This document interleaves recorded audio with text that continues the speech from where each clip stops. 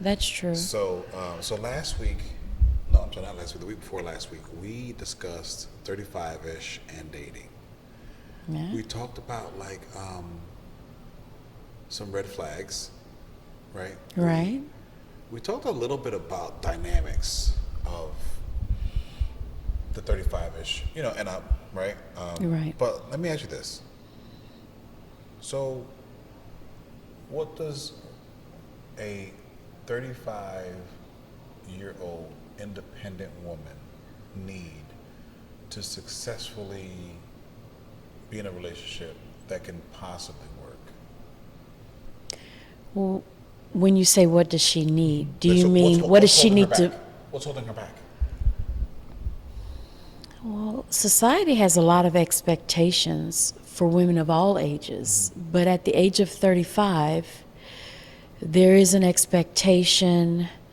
Things like having children come into play, but some women have decided that they want to focus on their careers. So, But it's it, at 35 that they figure out, like, hey, wait a minute, I focused so much on these things here that this kind of slipped, and I've seen them possibly, race towards.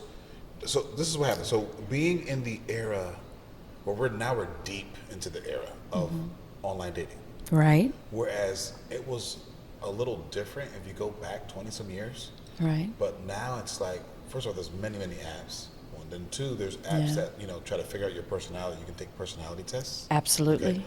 Um, you've got apps where it makes it nice and simple, or the males can swipe right on the females, and then the females can choose whether or not Right. who they want to talk to or what have you. But I've seen them get on the sites and then kind of like rush it. From And there. I'm not saying that we all haven't rushed into something when it Right. comes to dating, but just where, okay, I was meticulous in planning all this other stuff out. And then Okay. I was meticulous in, planning my career, where I was bumping up from, I started here, then I moved up to there, and after there, after grad school, and had a whole plan. And I did all that, but then now I realize, okay, I'm 35 and I'm director of some department. Right. My career's going great. My credit is 850. I have a house. I got a car. I got a few things I want. I have a little bit of money in the bank, Okay. but I forgot about the family. Well, So now I'm rushing. I'm going through all these. So now I'm making choices in terms of who I date that are not right. so good because So let's talk about that. So you've painted a picture of a certain type of woman, specific, so that makes it a little bit easier to answer. So is that woman going to be able to find someone to date that she's going to be able to view as a peer? Or is it going to be something where, because there was a time when the man was expected to be something and the woman something else, where if she's successful to a certain point, that will men who maybe have not hit those marks, not may, is it possible they won't be able to date because either he or she won't be comfortable with the dynamic there? so. Let me see if I can be more specific. Then I have a question. Do you think that style type of woman, or in that scenario, hypothetically, right? Right. Do you think their mindset is geared towards attracting a compatible mate? And I chose my words carefully. Compatible doesn't mean money, right? Right. Now, don't get me wrong. You and I both know someone who makes 300,000 probably should not date a McDonald's worker, right? Because Right. mindset, Possibly. mentality, and things of that nature, they may not be compatible.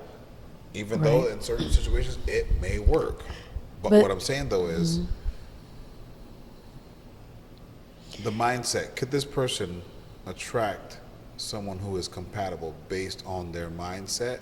Or do we have to get the mindset right? And I'm asking you that because in terms of real estate, when I wanted to enter the investor realm of real estate, I Right. spent about a week with a mentor Okay. that we only dealt with my mindset and how I'm going to look at in real estate investing. Right. So when you go into certain things, if you go into certain courses, they deal with the mindset first, right? Because that Right. helps set expectations. Right. And you might need to reset your mental baseline before you embark on this journey. Okay. So is that the same thing?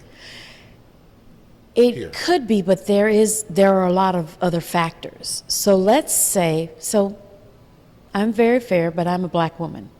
So let's Hold on. let's Hold on. let's address. Ladies and gentlemen, No, the lie detector don't determined don't that even that go was there, a lie. Jose. So let's say that I You know am you the woman. are Caucasian. There, You want me to bring Cat don't Williams in play. here? Do they want to see a fight? That is a Caucasian baby. So let's say that we're talking about the woman you described. Okay. For me, my mind first goes to a black woman that fit in that Yeah, situation. unfortunately, yes, that's what I was thinking. So you got me there. Okay, so now let's say that my mindset is perfect to find a significant other, a mate. Sure. But what if that person doesn't date black women? So then now that dating pool just shrunk. Yes. Yes. So sometimes the woman you're describing has the right mindset, and sometimes she does not. But she is also subject to what is the dating pool saying. So if But you come in with some sort of standard already, right? Most times. yes, generally That yes. type of woman. Yes, absolutely. Even if those standards are unrealistic.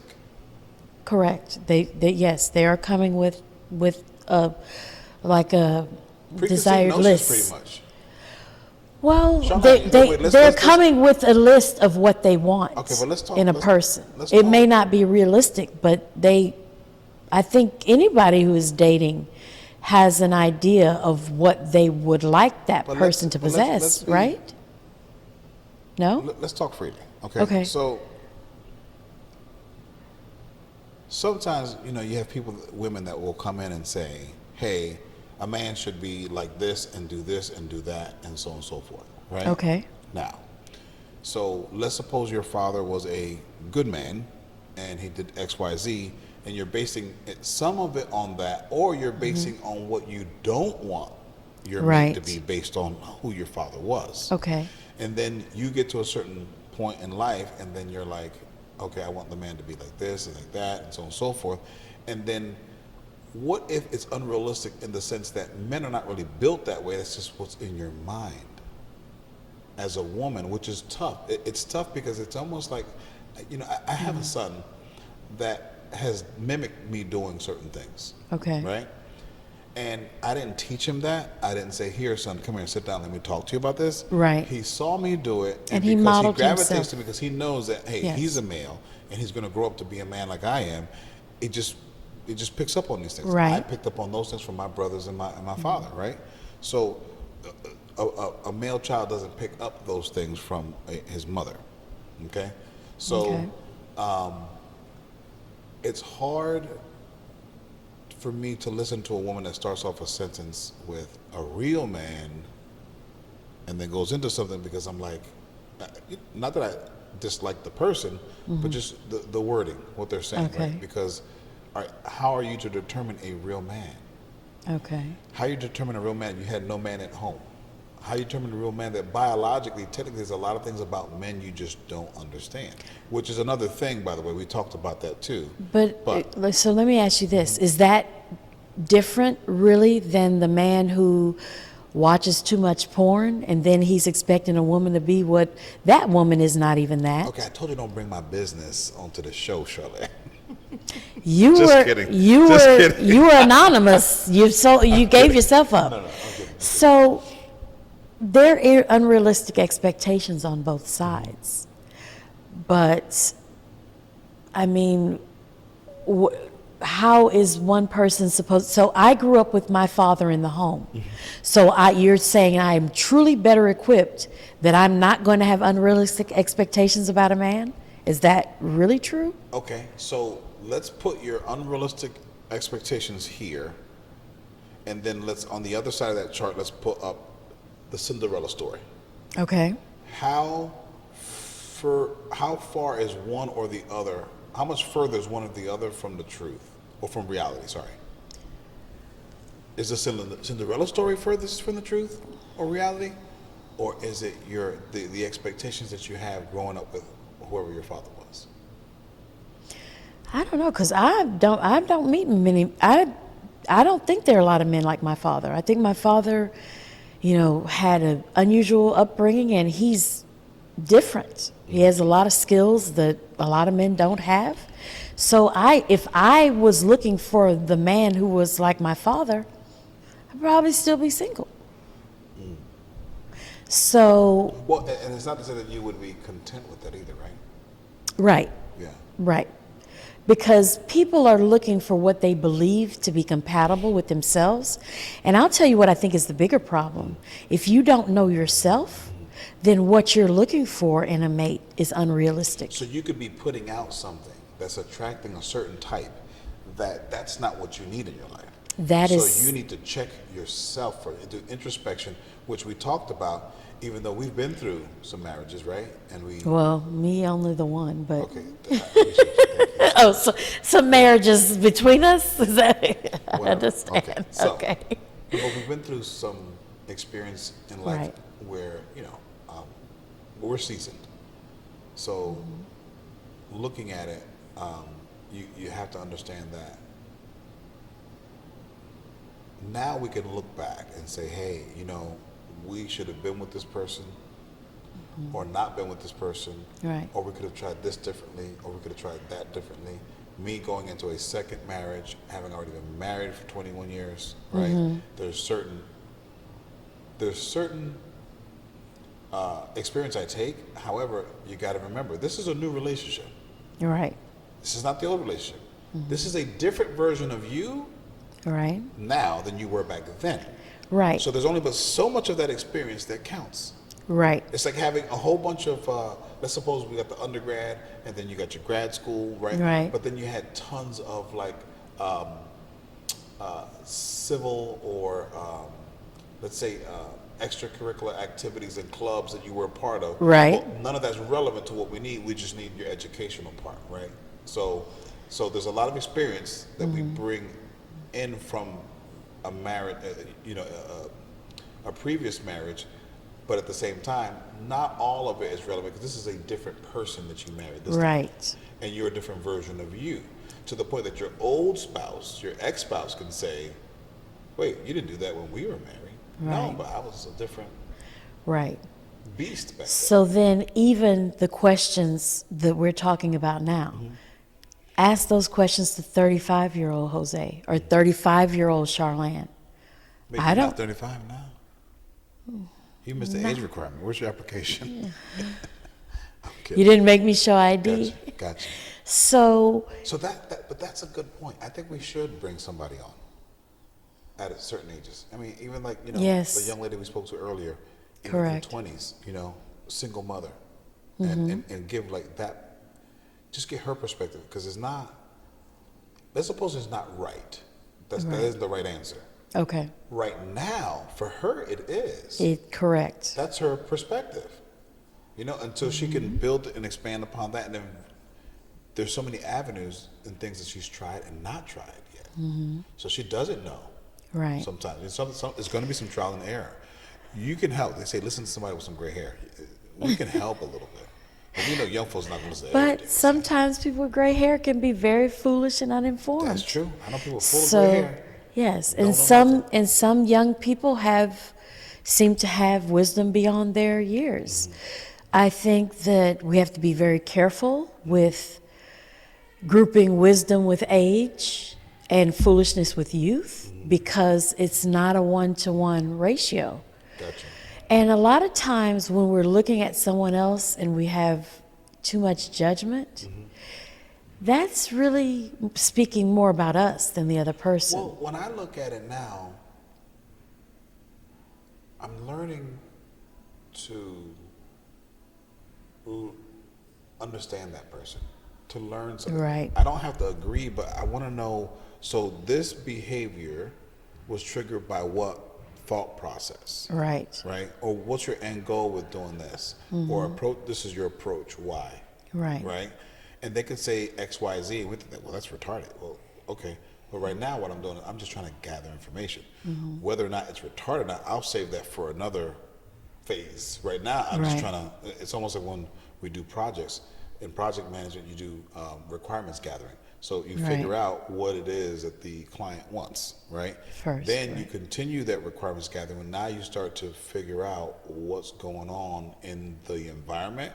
You start to interview stakeholders or people that can give you information, Right. right, about the particular things that you're there to change or to improve. Right. And then you make a determination of where, okay, this is what we call current state, right? This is Okay. a current state analysis. Right. Okay. And then from there, we're going to present, we put together and formulate something, okay, where we're going to go in the future. So you told me what Right. you wanted, but based on the information I gather, this is what you really need. Right. Okay. And then we put together a future state type of deal, and then we start creating a roadmap that we can execute and get to a certain point, right? So, Right. but all that's relevant. We can't get to future state without current state. Right. 22, You have to know where you're starting. 22 has their own current state. Right. 32 has their own separate and unique, yet equally as important current state. Oh yeah, definitely. 42, well, I'm not 52 yet, so but we'll figure that one out. Right. So yeah, so what you're saying, Sharlann, it's important to listen. Yes. You got to understand it from their shoes, because in order to help that person, you may have to lower yourself some, so that you Possibly. can come down to their understanding, Or raise. so that you can help them. It's Bring almost like them someone along. who can run the race 70% of the way. And as we've been speaking, something really comes to mind, because Yeah. now I'm this 35-year-old. So one of the gifts I feel like I have is I'm able to empathize with people. That's part of when people hear me say I'm an empath. When I'm talking to a person, listening to them, I relate to them, and I begin to put myself in the position of how I believe they feel, and I tend to be pretty good at it. So as this 35-year-old black woman that we've described in this situation, and we may be wondering, are her expectations realistic? But then I meet someone and I think, oh, this guy could be my dream guy. But then he's like, oh, I don't date black women. And even if you ask him why, he's going to have a great explanation for it. But is not him typecasting those black women, like me saying, well, all men are X, fill in the blank. So how can you write a whole group off? Now, if you're not attracted to black women, that's one thing. But if you're telling me you don't date black women because they're this or they're that or they're that, so then I also conversely can say, well, Jose, you're a man and men are this. It's Jo'Sway. Jo'Sway. I mean, I feel like, how dare I? How dare I say all men are like this, or all black men are all... I don't think it's the same thing. I don't think it's the same thing, and I'm going to tell you why. Okay. I'm going to tell you why. Okay. So, you do know there are certain things, there's some outside, it's external stimuli Okay. that registers with us without us knowing that it does, usually Okay. at an earlier age. Sure. So to get to the point, so if I don't date light skin and like brown skin and chocolate, and I'm not saying that's a thing, but you know, all yours didn't You're apply, not didn't saying it's a apply, yeah. thing either. So if I don't do light skin, Okay. again, external stimuli that registered with me, and at the time that it was happening, I did not know it was. So Okay. when I say, hey, I don't date light skin, it's not that I have come to the realization based on historical data, right? And probably using some, numbers-based reference systems, Okay. that I don't like light skin. It's just, it's locked into my brain that, as a matter of fact, more than just that, because I'm attracted to more brown skin. So if I say to someone, hey, I don't date light skin, it's not the conscious decision. Whereas if you say, hey, all men are X, Y, Z, there is something that historical data, or there's something that you've come across that in your mind, you've come to the conclusion that all men are X, Y, and or Z. Right. So it's different. So I did qualify what I said, so I will go back to that. Please, If you, let's play the tape back to see. so yeah, play it back. So if a person is like, oh, I'm not attracted to light-skinned women, that's different than saying all light-skinned women think that they're better than browner women. Those are two very Well, different in Louisiana, things. we know they do. Or is that another typecasting Don't even get me started, stereotype? because that is my heritage, and colorism is But something that remember, I burns told you me about up. that book that paper I had to write on the Blue But do Vein you, Society. but do It you was see? about that. Do you see what I'm saying? It's one thing for me to say, I like tall men. Do you like tall men? I like a lot of different types of No, men. no, no. You're avoiding the question. Okay, yes, I like tall men. Okay, go ahead. But But that doesn't mean I'm still attracted to men of all heights. so you would date a shorter guy? I have. I've dated a guy shorter than me. Would you date a shorter guy? Yes, I have. No, you're saying you have. I said, would you now? If again, Yes. you said hypothetically. Yes, Okay. I would. How short? It doesn't matter that much half to a me, foot so I shorter? don't even have a guideline, because my thing is, I don't want to tell you who to date, because I'm not the one who has to lay next to them or deal with them. We're dating. Why are we talking about laying next to? So rushing are pace? we talking about asexual dating? No, well, hold on now. I'm just. Oh, you saying, don't like that? We're not necessarily including. Well, Sex okay, and dating. so they're not the person that I have to spend time with. Mm-hmm. When Jo'Sway eats, Jo'Sway. when Jo'Sway, Jo'Sway. you're gonna have to pick a name, because Okay. I'm gonna get confused. I'm gonna get some shirts. So when Jo'Sway eats, Sharlann can't taste it. So I don't want to micromanage what you Unless eat. you're eating my cooking, which you have, and I've eaten yours. You understand what I'm saying? Oh yeah, I know what you're trying to say. Because I know what I like. Who am I to tell you what to choose or like? Yeah, that's so right. that's one thing. But when I am going to decide to describe a group of people and limit them to my expectations, beliefs, regardless of what they're formed on, that is so a problem. I don't date black women because Because they too loud. and they too dramatic. I don't Whatever, date okay, black women gotcha, because gotcha. they got this attitude. Yeah, that's a thought process. That has nothing to do with what your preference is based on any Right. civilized I culture. respect everyone's preference, Yeah. whether it be your sexual orientation, what you like, that is up to you. But once you cross out a whole group of people, like I'm heterosexual, but I'm going to cross out a whole group of men because I've decided men of this race, this height, this whatever, men who are in technology they think they're smarter than everybody else. Some lady was on TikTok and said, "Hey, don't date men in these categories." And one of the categories was in IT, but she was in IT, and she Okay. said they can't seem to stop talking about work. Now, I didn't think she was a great looker, Okay. so I would talk a lot about work until I could get out of that date. But anyway, That's horrible, so, Jose. I'm sorry. Look, but we got to be the truth again. I Okay. always told people. So let's say about maybe, I don't want to say 10 years ago. I want to say maybe like six years ago. Okay. I was telling people, look, let's do a meet and greet. Let's not invest so much time when we're doing online dating. Let's Okay. not invest so much time into a date. Right. Let's do a meet and greet at a coffee shop or somewhere where you can figure some things out, because you might not want to go on a date that's an hour and a half, 2 hours, whatever, Right. with this person. And bring your tennis shoes just in case you got to run out of them. Okay? I like that. I like that. When we our first segment, that's what I mentioned, is that there are group dating opportunities just because of how people do things now. But I mean, even when you see me as I live in Houston, Texas. I'm a Houstonian. I have tons of friends. I have family here. But I am part of a meetup for adults to make friends, because my life has taken such a course where I love my friends that I have, but we kind of are in different directions right now. And I want to go do fun things and hang out. And I need a group of friends to do that with. And my schedule does not always sync up with my existing friends. So let me tell you something.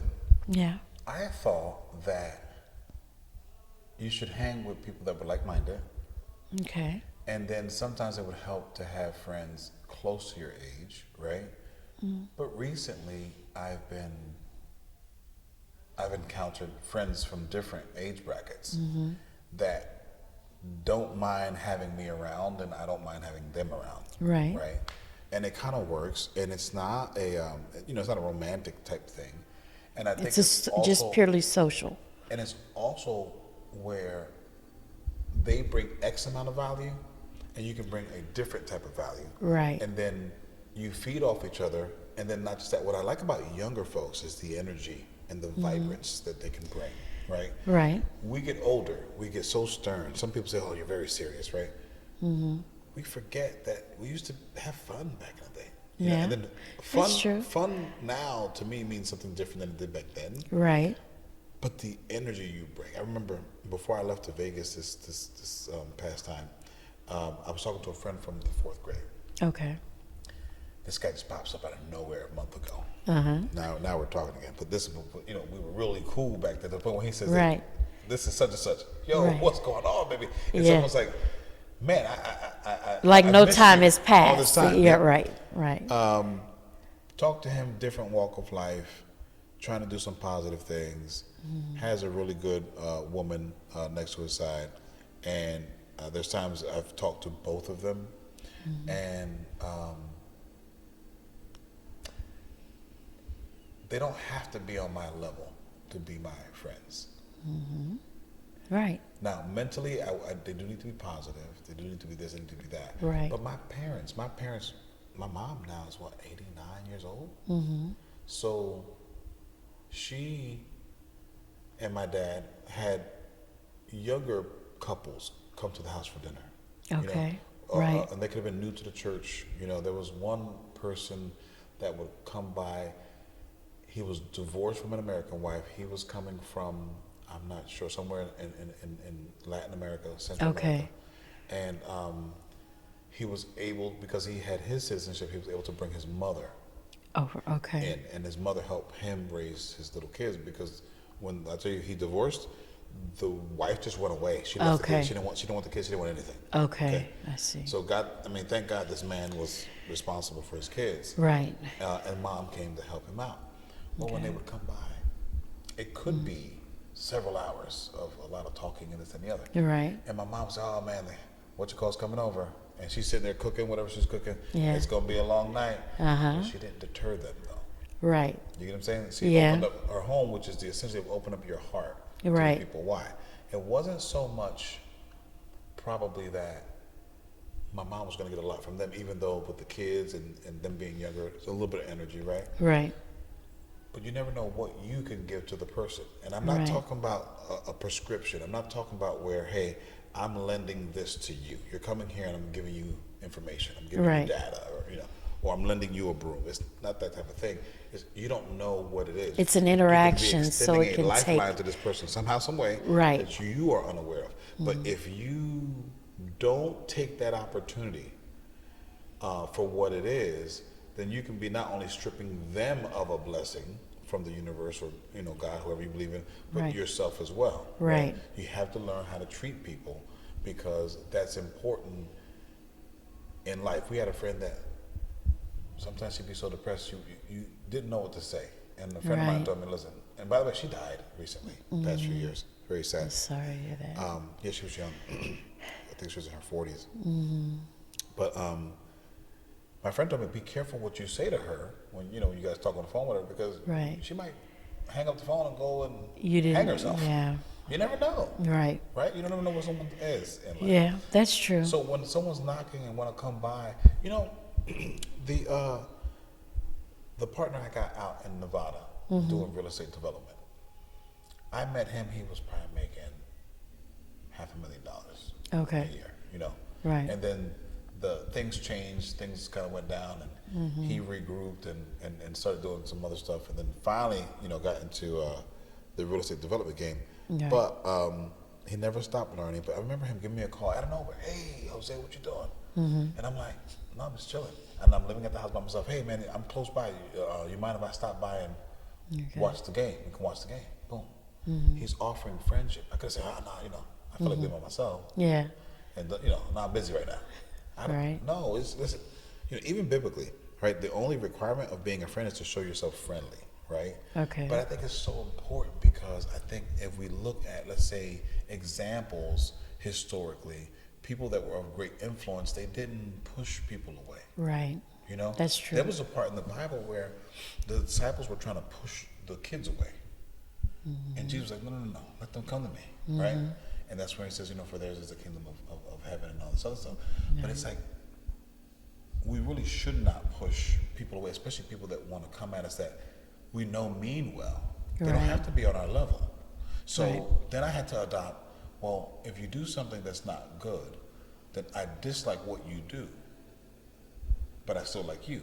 Right. So think of one of your children. So I used to explain this best with one of my kids, and I said to people, let's say Mikey, I could hate what he does, but there's nothing in this world that would allow me to stop pouring my love into him. Right. Right? But this is the same thing with people. Right. Right? They don't have to be related to us, but we don't have to, just because they're not related to us doesn't mean we can't have a strong kinship or bond. Right, Or, a bond. I don't know this person, but I want to come over there and I see you.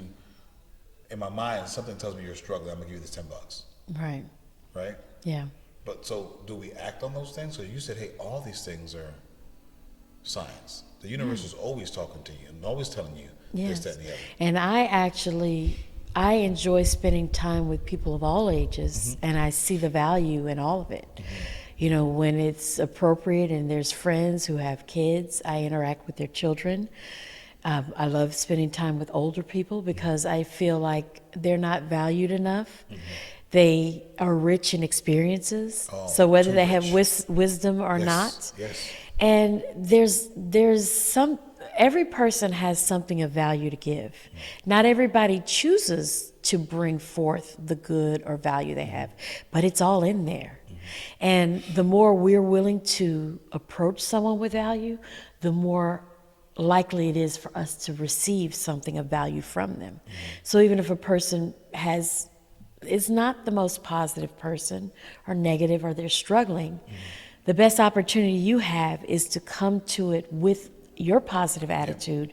You're going to get the best out of what that situation or person that they have to give. But I've always walked into something in mind that this may be my mission. Right. And if this is my mission, I don't want to not accept it. So I go into it and I do it because it's what we have to do if the universe has called us. You're talking about being open, and that's, people find themselves incapable of receiving help. They ask for help sometimes and they're not willing to receive it, and they don't even realize they're doing it. Yeah. They're saying, help me, and then they're pushing any help they would receive away. I've seen that too many times. So I feel like for myself, I owe it to myself to be as receptive as I can so that I can get whatever the universe has for me. Or, like you said, whatever you believe it is. I don't believe that God, the universe, I don't believe it's so separate like everyone believes. I believe that we receive that power, that presence in the way that we are capable of. And that's why there's so many religions in the world, because one person is capable of comprehending and receiving one type of thing, and another, it's something else. And some people choose to be atheists because they don't recognize a higher power or whatever's the right way to explain it. And even though that's not something I agree with, I have to respect that person. So I appreciate, I appreciate that this is coming out even though we started one way. Right. But you mentioned the atheist, so let's bring it back to what we started talking about. Okay. So is the atheist the equivalent of the person that says, hey, let's say the female says, I'm not dating is not for me, marriage is not for me. But it's because they have certain flaws they haven't learned to deal with yet. And until they overcome that and then emotionally or relationally mature, they won't be able to conquer a certain thing, right? So life goes better if I just say, hey, I'm gonna cut this out. I'm not even gonna pay attention to it. And then because I say, hey, I'm not gonna do it, most people probably not gonna, they're gonna think I don't care, they're not gonna bother me about it. Okay. The atheist can say the same thing. So I'm an atheist, I don't believe in God, because if I don't believe in God, then I won't have these expectations, right? I won't be looking at life through a certain lens of good or bad or even karma, you know? And Well, but does that mean an atheist doesn't see good or bad? no, I didn't say that. I didn't say that. But at the same Right. time, when you say there's no God, there could be sometimes the lack of certain type of accountability or responsibility. Right? There could be gray can areas. be, There could be gray areas. but some of the most devious people I know are God-fearing, sometimes even religious Well, people and that's another religious thing. leaders. That's another thing. So the ability of a person to be good or the good or bad, recognizing good or bad, is not really based on This is that true. belief. This is true. A person's character, I believe, is what that refers to. And then you look to whatever your religious belief is your source of strength to help you, because we all have good and bad in us. I At the don't, same time. all coexisting. I mean, we may not be So- acting on both at the same time. Right. So religion is what helps people to adhere to being good, whatever that means for them in their religion. But I think most of us know that are mentally sound, because there's mental illness and other things. We know right from wrong. We Yeah. know, For the most for the part, most yeah. part, what's going to hurt someone or help someone. But by the age of confirmation, which is 13, you should know right from wrong. And I was raised Catholic, so and I made my confirmation. And yeah, I mean, So this is a different thing. I'm just going to ask this one last question before we switch up. So how did you switch from Catholicism to Buddhism?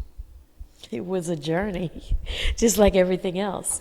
So growing up in a Catholic church and a Catholic family, that's what my family was. We all went to church. And just listening, but being a reasoning person, even as a child, and being, sometimes I'll joke about being a little old lady. But even as a kid, I thought like an older person a lot of times. I usually was thought to be older than what I was.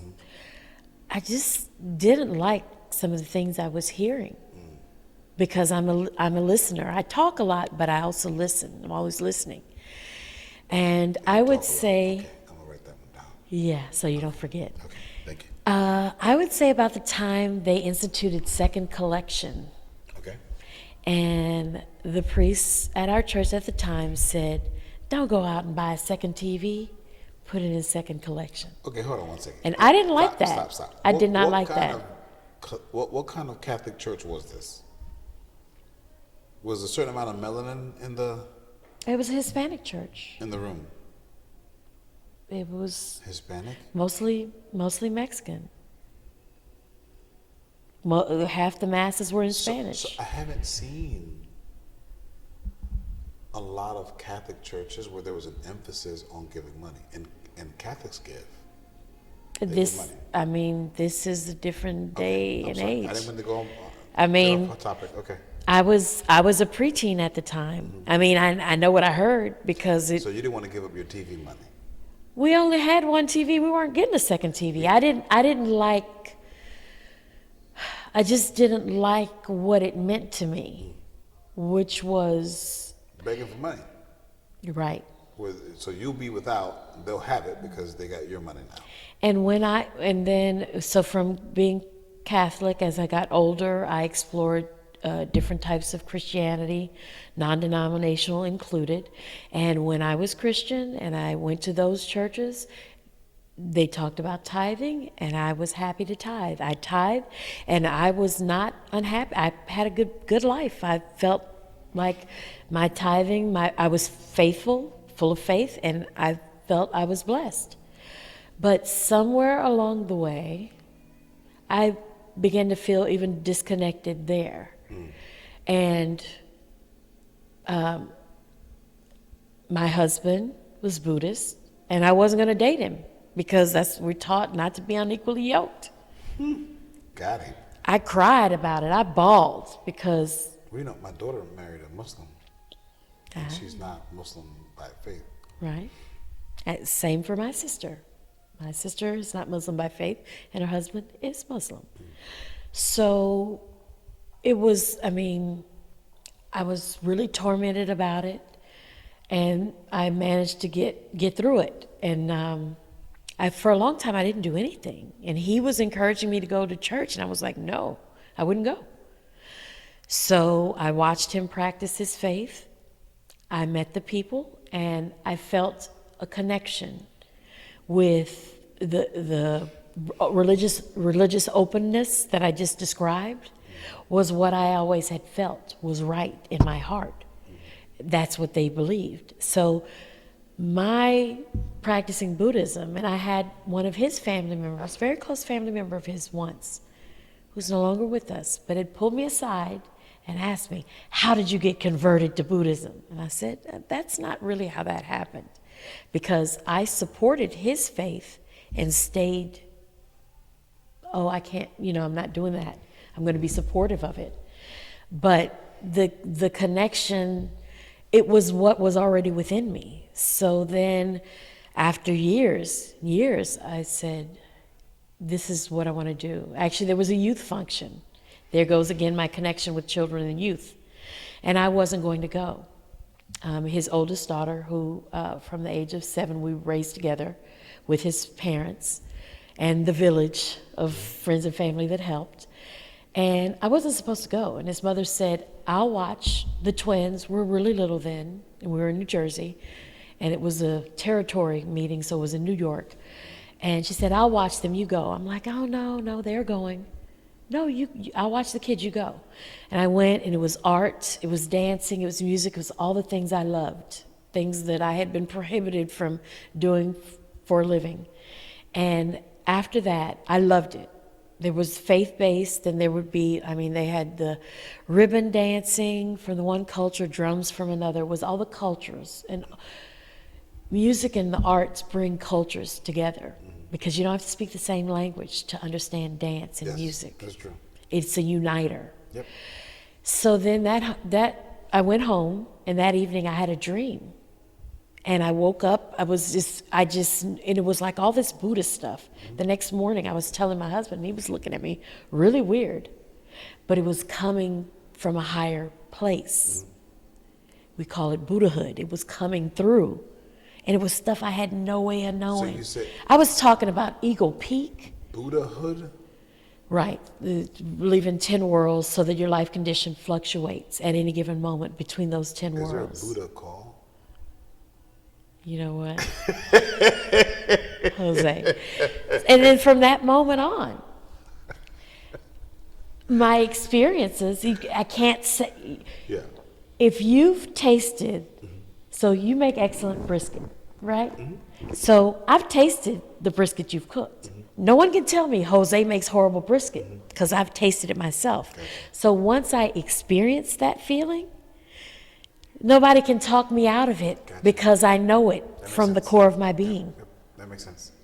And I still love and appreciate all my friends and family, and I respect the Catholic ones, the Christian ones.